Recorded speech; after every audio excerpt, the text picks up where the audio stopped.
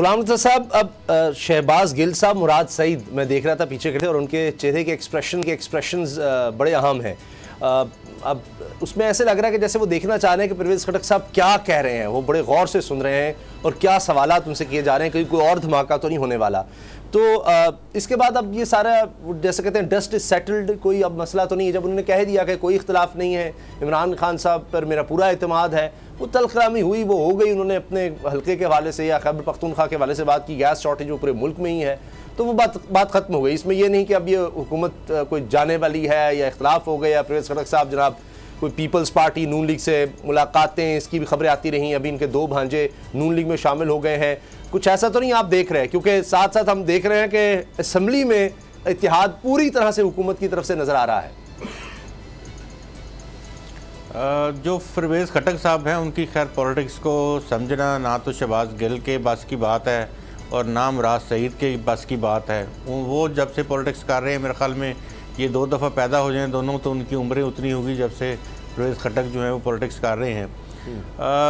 बात ये थी कि पार्टी के अंदर से आवाज़ें जो उठ रही थी, जिस तरह से पूरा एक हफ़्ता पिछला बात होती रही कि कभी हाशमी साहब ने बात की, वो उन जावेद हाशमी को निकाल दिया गया, फिर किसी और ने बात की, वजीउद्दीन जस्टिस रिटायर्ड वजीउद्दीन साहब ने उनको निकाल दिया गया, वो जो अकबर एस बाबर थे उन्होंने बात की, अभी अहमद जवाद गया। अभी जो पार्टी से रिसेंटली उनकी मैं बात कर रहा हूँ, उन्होंने कहा कि वो तमाम इर्द गिर्द जो है ना वो एक टोला बैठा हुआ है और वो सिर्फ उनकी तारीफ़ करते हैं और उनकी हाँ में हाँ मिलाते हैं, उनको बात नहीं करते। तो ये शायद परवेज़ खटक साहब को बात बुरी लगी उनकी कि मुझे भी साथ ही उन्होंने उसी टोले में शामिल कर दिया। तो वो उन्होंने इस लिहाज से वो बात की कि जी हम इख्तलाफ, पार्टी में इख्तलाफ राय होता है, ये कोई बड़ी बात नहीं है, एक दूसरे के साथ बात, तनकीद, पॉलिटिक्स इसी का नाम है। और अगर इस चीज़ को ये कर दिया जाता कि जी इसमें कोई बहुत ज़्यादा सीरियसनेस है और पार्टी के लिए ख़तरात हैं, तो फिर जो अभी 20 मिनट पहले वोटिंग हुई है तो उसमें हुकूमत को कोई मसला हो जाता। ऐसा कुछ भी नहीं है। तो वो जो पॉलिटिक्स ये है, ये वज़ीर आज़म इमरान खान और परवेज़ खटक जो हैं वो इन सारी चीज़ों को समझते हैं और इस वक्त बड़ी ज़बरदस्त क्रॉस आर्गूमेंट जो है वो बन जाएगा हुकूमत के पास कि हमारी देखें आपस में इस तरह से बहस भी होती है, इस तरह से हमारी एक दूसरे के साथ खिलाफ राय भी होता है और उसके बावजूद देखें कि हम वोट भी जो है वो हमारे इकट्ठे हैं और हमने इसको अपोजिशन को डिफीट भी किया है। ठीक, तो ये भी एक पॉलिटिक्स का हिस्सा है। अच्छा, नेगेटिविटी के ज़रिए से आप पॉजिटिव चीज़ें कर लेते हैं। अच्छा, अब बाबर डोगर साहब, आप मुझे बड़ी अच्छी तरह याद है, आपके बड़े वाज़ेह जुमले थे कि हुकूमत ये मिनी बजट पास करवा लेगी। तब से जब बहुत ज़्यादा बात हो रही थी हम नहीं पास होने देंगे और इसके खदशात रहे हैं आखिरी वक्त तक, अब तक भी रहे हैं, लेकिन आपने पहले दिन कह दिया था जी ये इतना इशू नहीं होगा। वो किस बेस पे आपने कहा? नूर आलम खान साहब की अगर बात करें, वो भी परवेज़ खटक साहब के साथ शामिल थे, इतराज़ात उनके भी हैं, उन्होंने इशाइये में शिरकत की जो दिया गया था रुहेल असगर साहब की तरफ से, उसमें उन्होंने कहा, मीडिया में रिपोर्ट हुआ, छपा है कि जी आइंदा तो मैं तहरीक इंसाफ की तरफ से नहीं इलेक्शन लड़ूंगा, MNA है, जब वक्त आता है तो वो भी वोट करते हैं। तो ये वाकई सिर्फ एक हुस्न है जमहूरियत का कि इख्तलाफ होता है, वहाँ जाकर बात होती है, लेकिन जब पार्टी की, हुकूमत की और जब इस तरह बात आती है कि इससे हुकूमत डगबगा सकती है, मिनी बजट पास ना होता तो एतमाद हुकूमत जनाब नजर आता है खो रही है। बिल्कुल उस तरह जिस तरह इमरान खान साहब ने जब एतमाद का वोट लेने का फैसला किया तो सब लोग इकट्ठे नजर आए और उनमें यकीनन वो लोग भी थे जिन्होंने यूसुफ गिलानी को वोट किया था उसी ऐवान से, कौमी असम्बली से सेनेटर बनवाने के लिए। तो जब वक्त आता है बड़ा क्रूशल, तो वो तब सब इकट्ठे नजर आती है और मेरा ख्याल है वही मैटर करता है हुकूमत के लिए। जब तक ये इस तरह से ऐसे मौक़ों पर इकट्ठे होंगे तो फिर तो हुकूमत 5 साल पूरे कर लेगी। उसामा साहब, इसका हुकूमत के 5 साल पूरे करने से कोई ताल्लुक़ नहीं है, पहली बात। दूसरी बात ये है कि ये कोई जमहूरियत का हुस्न भी नहीं है। ये बजट, मिनी बजट जो है उसमें आपको पैसे आने हैं और ये सारे स्टेक होल्डर जो हैं वो उसमें एस्टैब्लिशमेंट भी एक बहुत बड़ी स्टेक होल्डर है, ये आप अपने ज़हन में रखें।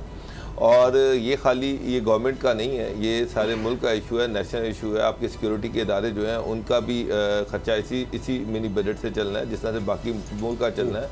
तो इसमें सारे स्टेक होल्डर्स हैं। जब सारे स्टेक होल्डर्स हैं तो फिर लग रहा था कि जो भी इसमें वो शोर शराबा है ये अल्टीमेटली दब जाएगा, क्योंकि लग रहा था, जो मैंने हुकूमत के लोगों से बात हुई वहाँ पे ब्यूरोक्रेसी से बात हुई तो उन्होंने मुझे उसी वक्त बता दिया था कि ये बजट हर सूरत में पास होना ही होना है, चाहे हुकूमत जितनी मर्जी चूचरा करे, हुकूमत के अंदर जितने मर्जी लोग चूचरा करें, जो इत्तेहादियाँ वो जितनी मर्जी चूचरा करें, अल्टीमेटली ये बिल पास होना है। अभी गुलाम मुद्दा साहब कह रहे थे कि फ़ोन वाले इसमें मौजूद थे, आप उसको समझे नहीं, उसको समझें। जी मैं फ़ोन वाले उसमें मौजूद थे, तो जब फ़ोन वाले मौजूद थे तो फिर अपोजिशन जो है उसका जो शोर होगा है वो भी आप समझ लें वो सिर्फ ड्रामा है। अच्छा। अगर बंदे हुकूमती कम होते तो ये भी हो सकता था कि अपोजिशन पूरे करके देती, लेकिन ये बजट पास होना था, ये मैं आपको बता दूं। लेकिन सर एक दूसरा आर्गूमेंट भी है गुलाम साहब बड़ा दिलचस्प कि ये इतना ही अगर इससे बहरान आना है, इतनी ही इससे मसाइल पैदा होने हैं, ये इतनी ही बुरी चीज़ है मिनी बजट के, इससे तूफान आ जाएगा महंगाई का और लोग तंग आ जाएंगे इस हुकूमत से, तो फिर तो अपोजिशन के लिए और इससे अच्छा मौका क्या है? उनको ना लॉन्ग मार्च की ज़रूरत है, ना उनको अदम एतमाद लाने की ज़रूरत है। महंगाई इतनी बढ़ जाएगी, लोग इतने ज़्यादा खिलाफ हो जाएंगे कि वो खुद ही इसको हुकूमत को निकाल देंगे, या कम से कम इनके लॉन्ग मार्च में तो आना शुरू हो जाएंगे, इनके जलसों में तो आना शुरू हो जाएंगे, या अगली दफ़ा इनके वोट तो ज़्यादा बन जाएंगे। तो अगर हुकूमत ऐसी गलतियाँ कर रही है तो उसको करने दी जाए, ये तो इनके बड़े फ़ायदे में है। ये गलती तो नहीं कही जा सकती, क्योंकि गलतान इसको हम कहते हैं कि अगर आपने कुछ भी करना था तो आपके पास 1 साल की प्लानिंग के लिए बड़ा वक्त होता है, प्लानिंग कर लेते, उस वक्त जो मर्जी टैक्सेस आप कर रहे थे आप कर देते। अभी भी जो चीज़ें की जा रही हैं, अभी कहा जा रहा है कि जी 347 बिलियन का हम टैक्स लगाएंगे, 200 अरब रुपया तो तुरंत वापस हो जाएगा, उसके तो वो रिफंड हो जाएगा। भाई अगर आपने ऐसे फौरी वापस कर देने हैं पैसे तो लगा क्यों रहे हैं फिर? सर वो तो इस तरह आपने क्या उसको पैसे एक्सपोर्टर से उस वक्त टैक्स ले लिया जाता है एक्सपोर्ट के वक्त, लेकिन उसके बाद उनको रिफंड किया जाता है, तो दिखा देते हैं हमने इतनी एक्सपोर्ट किया। अब ये तो नहीं पैसे उनको पहले रिफंड मराद दे दें और बाद में उसने एक्सपोर्ट ना करें। और हैं वो जिनकी बात कर रहे हैं आप, क्लेम्स जिनकी बात कर रहे हैं या रिफ़ंड बात कर रहे हैं, वो और हैं, ये रिफ़ंड और है। मसलन मुझे बताएं, आप अद्वियात के ऊपर आप टैक्स लगा रहे हैं, जी। तो क्या अद्वियात वाला टैक्स जो है वो वापस हो जाएगा? डबल रोटी पे रस पे टैक्स आपको लग रहा है टैक्स, तो वो क्या वापस हो जाएगा? वो सर उन कंपनीज को दिया जा सकता है टैक्स रिबेट, बात नहीं है, ये तो 600-700 अरब तक जाएगा। लेकिन बात यह है कि ये उससे पहले ये तय किया जा सकता था। सब्सक्राइब करें और बेल दबाएं ताकि कोई खबर रह न जाए।